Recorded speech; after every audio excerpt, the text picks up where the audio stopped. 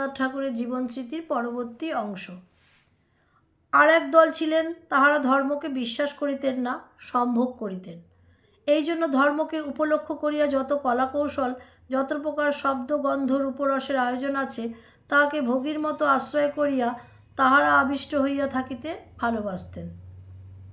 ভক্তি তাহাদের বিলাস। এই উভয় দলেই সংশয়বাদ ও নাস্তিকতা সত্য সন্ধানের তপস্যাজাত ছিল না, তাহা প্রধানত আবেগের উত্তেজনা ছিল। যদিও এই ধর্মবিদ্রোহ আমাকে পীড়া দিত, তথাপি ইহা যে আমাকে একেবারে অধিকার করে নাই তাহা নহে।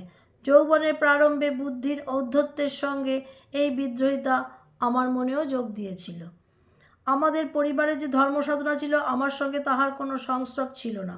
আমি তাহাকে গ্রহণ করি নাই।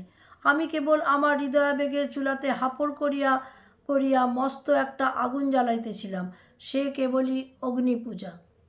সে কেবলই আহুতি দিয়া শিখাকেই বাড়াইয়া তোলে, তাহার আর কোনো লক্ষ্য ছিল না।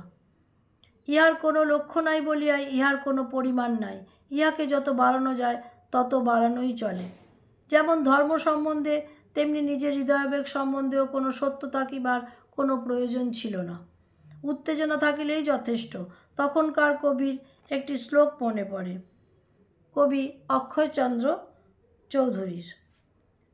আমার হৃদয় আমারই হৃদয়, বেচিনিত তাহার কাহারও কাছে, ভাঙাচোরা হোক যা হোক তা হোক, আমার হৃদয় আমারই আছে।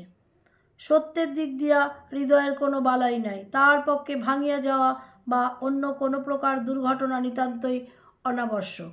দুঃখ বৈরাগ্যের সত্যটা স্পৃহণীয় নয়, কিন্তু শুদ্ধমাত্র তাহার ঝাঁঝটুকু উপভোগের সামগ্রী। এই জন্য কাব্যে সেই জিনিসটার কারবার জমিয়া উঠিয়াছিল। ইহাই দেবতাকে বাদ দিয়া দেবপোষণার রসটুকু ছাকিয়া লওয়া। আজও আমাদের দেশে এ বালাই ঘুচে নাই। সেই জন্য আজও আমরা ধর্মকে যেখানে সত্যে প্রতিষ্ঠিত করিতে না পারি, সেখানে ভাবুকতা দিয়া আর্টের শ্রেণীভুক্ত করিয়া তাহা সমর্থন করি। সেই জন্যই বহুল পরিমাণে আমাদের দেশহিতৈষিতা দেশের যথার্থ সেবা নহে, কিন্তু দেশ সম্বন্ধে হৃদয়ের মধ্যে একটা ভাব অনুভব করার আয়োজন করা। আজ এই পর্যন্ত। পরবর্তী অংশ পরবর্তী দিনে। আমার এই পাঠ যদি আপনাদের ভালো লেগে থাকে, চ্যানেলটা সাবস্ক্রাইব করে দেবেন এবং লাইক শেয়ার করে দেবেন। নমস্কার।